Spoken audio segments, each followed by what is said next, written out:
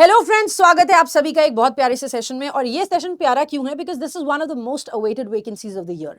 SBI PO का notification कब आएगा, कब आएगा, कब आएगा? इसको देखो, एक अगर सिस्टमैटिक वे से हम एनालाइज करें, सो इट्स वेरी ऑब्वियस कि हम कैसे कर सकते हैं और कब हम एक्सपेक्ट कर सकते हैं। इसका ट्रेंड चेंज होने का एक रीजन भी है। I tell you why reason, लेकिन आपको 5-7 मिनट हमारे साथ जुड़े रहना पड़ेगा उसके लिए, है ना। सो एसबीआई पीओ का जो एक्सपेक्टेड डेट है वो क्यों और कब होने वाली है, वो दोनों का रीजन है हमारे पास। ठीक है, पहली चीज, एक तो सर्कुलर आया था अभी कुछ दिन पहले। हम ये देख रहे थे कि पीओ का पेपर पहले होगा, फिर क्लर्क का पेपर होगा। इसका रीजन क्या है? पीओ का पेपर पहले इसलिए होगा क्योंकि बड़ी वैकेंसी पहले हो जाएगी, ये फिल इन हो जाएगी, उसके बाद क्लर्क का एग्जामिनेशन होगा। तो ये थोड़ी छोटी वैकेंसी है, इसमें फिर जो नहीं सिलेक्ट होंगे या नहीं शॉर्टलिस्ट होंगे वो इसके एग्जाम को दे सकते हैं। राइट, अच्छी बात है, बहुत क्लियर थॉट है। क्यों? क्योंकि एक साथ होने की वजह से ये हो जाता था कि कोई क्लर्क में भी सिलेक्ट हो गया, पीओ में भी सिलेक्ट हो गया, बैकलॉग की वैकेंसीज बहुत ज्यादा हो जाती थी, फिर वो नेक्स्ट ईयर एड ऑन होकर आती थी, तो फायदा उसका कुछ था नहीं। ऑन द कॉन्ट्री, जो ये इस बार सर्कुलर आया है, this is very good. IBPS PO, IBPS RRB, IBPS clerk, IBPS RRB clerk, इसका तो हमें मालूम है टेंटेटिव डेट हमारा एग्जामिनेशन कब होने वाला है, अगस्त से शुरू होगा। लेकिन उससे पहले हमारे पास एक छोटू सा न्यूज आया है, क्या कि एसबीआई पीओ का एग्जामिनेशन एक्सपेक्टेड है उससे पहले होने का। पर उससे पहले ये चीज आ जाती है कि नोटिफिकेशन, अगर एग्जाम उससे पहले होगा या तभी के उसी के अराउंड होगा तो नोटिफिकेशन भी पहले आनी चाहिए। तो नोटिफिकेशन पहले आने के लिए हमारे पास क्या एक पुख्ता सबूत हो सकता है उसको बात कर लेते हैं, उसका डिस्कशन कर लेते हैं, है ना। सबूत तो क्या बोलोगे, देखो अंडरस्टैंडिंग है, थोड़ा सा ट्रेंड की एनालिसिस करते हुए हम लोग देख सकते हैं। जब इतने साल से पढ़ रहे हैं, पढ़ा रहे हैं, तो फिर समझ में आना भी चाहिए कुछ कुछ चीजें, है ना। तो देखो, ज्यादा इधर उधर की बातें ना करते हुए बहुत क्लियरली एक चीज, हम एक थॉट के साथ हम काम कर सकते हैं। और वो थॉट क्या है पता है?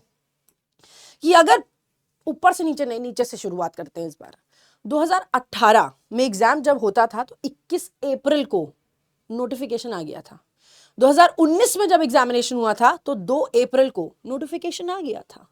2020 में 14 नवंबर, हाय तौबा, ये कैसे हो गया? इससे पहले जितने एग्जाम होते थे 2020 से पहले, एसबीआई पीओ के जो एग्जामिनेशन होते थे वो एग्जामिनेशन इसी टाइम पर होते थे जहां पर पहले हमारा एसबीआई पीओ का एग्जामिनेशन हो जाता था, एसबीआई क्लर्क का एग्जामिनेशन हो जाता था, और उसके बाद हमें क्या मिलता था कि हमारा आईबीपीएस पीओ का एग्जामिनेशन होता था। तो यही साइकिल रहती थी जिसमें हम सब लोग ना पूरे टाइम बिजी रहते थे। हम सारे एग्जामिनेशन दे रहे होते थे, साल भर का इंतजार नहीं करना होता था। तो पहले अप्रैल से शुरू करके फिर एसबीआई का एग्जाम दिया, क्लर्क का एग्जाम दिया, फिर ये सितंबर अक्टूबर में आईबीपीएस पीओ का एग्जाम दिया, क्लर्क का एग्जाम दिया, फिर आरआरबी का एग्जामिनेशन दिया, और ऐसे हमारा साल भर निकलता था। बहुत अच्छा, एकदम करेक्ट सीक्वेंस था, बहुत बढ़िया सा सीक्वेंस था। साल भर हम ऑक्यूपाइड रहते थे, पेपर देते रहते थे, हमारा टच पढ़ाई से बिल्कुल छूटने कोई चांस ही नहीं होता था। लेकिन फिर आया 2020 में एक भारी हमलावर, और वो भारी हमलावर कौन था? कोविड। कोविड की वजह से पहला, आपको मालूम है, आई सपोज 22 मार्च को लॉकडाउन लग गया था, है ना। वो जो लॉकडाउन लगा, ओ हो गया था। उसके बाद 9 महीने हमारे नमस्ते हो गए, है ना। जब 9 महीने नमस्ते हुए, इसीलिए 14 नवंबर को आपको गिफ्ट मिला और 2022 में आपका नोटिफिकेशन आया। ठीक है, साल भर कोई पेपर नहीं हुआ, ऑफ कोर्स, क्योंकि बहुत सारे प्री रिक्विजिट्स थे जो फॉलो करने थे, बहुत सारे रूल्स एंड रेगुलेशंस थे बाहर निकलने के लिए, पेपर देने के लिए, पेपर में नहीं आने के लिए, एक साथ कई सारे पब्लिक को 4 लोग भी इकट्ठा ना होने के लिए, ये सारी चीजें। तो इसीलिए 14 नवंबर को ये शिफ्ट हुआ, जब लॉकडाउन खुला उसके बाद आपकी नोटिफिकेशन आई। 14 नवंबर को आपको 2020 का नोटिफिकेशन मिला। अब वो यही सीक्वेंस फॉलो होते हुए 2021 में 4 अक्टूबर को हो गया, फिर 22 में सितंबर में हो गया, फिर 23 में 6 सितंबर में हो गया, फिर 24 में दिसंबर में हो गया, फिर अब वापस देखो, वापस ये अपनी साइकिल पे वापस आ गए हैं, क्योंकि 2024-25 में एग्जामिनेशन काफी आसपास हुए। क्यों? क्योंकि इस साल से इन्होंने अपना सुधार किया, वही वाला जो वो पहले फॉलो करते थे। सुधार क्या किया? मतलब कि वही वापस से टाइम टेबल फॉलो करने लगे जो ये पहले करते थे। तो एग्जामिनेशन में अब हमें ये एक्सपेक्टेशन है, क्योंकि पहले भी ये होता था, इसलिए अब हमारा एक्सपेक्टेशन फुल फ्लेजेडली ये कह रहा है, इसीलिए कि अब हमारी नोटिफिकेशन सही ढंग से आई। आप देख रहे हो ना कितना फर्क है। देखो, दिसंबर से जून में 6 महीने 7 महीने का फर्क था बस, एग्जामिनेशन में 6 महीने का फर्क। तो 6 महीने में लगातार 2 बार पेपर हो गया। ये पॉइंट ही यही कर रहा है कि आपके स्केड्यूल को वो ठीक करना चाह रहे हैं, जो स्केड्यूल वो पहले फॉलो करते थे उसी स्केड्यूल को ठीक करना चाह रहे हैं। तो उसी स्केड्यूल को फॉलो करते हुए लेटेस्ट सर्कुलर जो हमारे पास आया था उसके बारे में अगर बात कर ले तो हमारे पास ये तो कंफर्मेशन है कि आईबीपीएस पीओ का जो एग्जामिनेशन है वो हमारे अगस्त से शुरू होगा। आरआरबी का एग्जामिनेशन हमारे latter part of the year में होगा। इसमें हम अक्टूबर नवंबर तक अपना शिफ्ट खत्म कर लेंगे, है ना। फिर उसके बाद अब यहां पर जो एसबीआई की नोटिफिकेशन है, एसबीआई पीओ की, ये सभी हम लोग एक्सपेक्ट करके चल रहे हैं मिड जून तक आपको ये नोटिफिकेशन मिल जाएगी, है ना। अब मिड जून तक अगर नोटिफिकेशन भी आ जाती है तो मान लो 1 महीने का समय होगा बस, है ना। 1 महीने का 1 मंथ का टाइम समझ लो, बहुत हाथ पैर मार लिया 40 दिन का समय समझ लो, है ना। 40 डेज का टाइम आप यहां समझ लीजिए। अब आपके पास पेपर देने के लिए कितना समय बचेगा।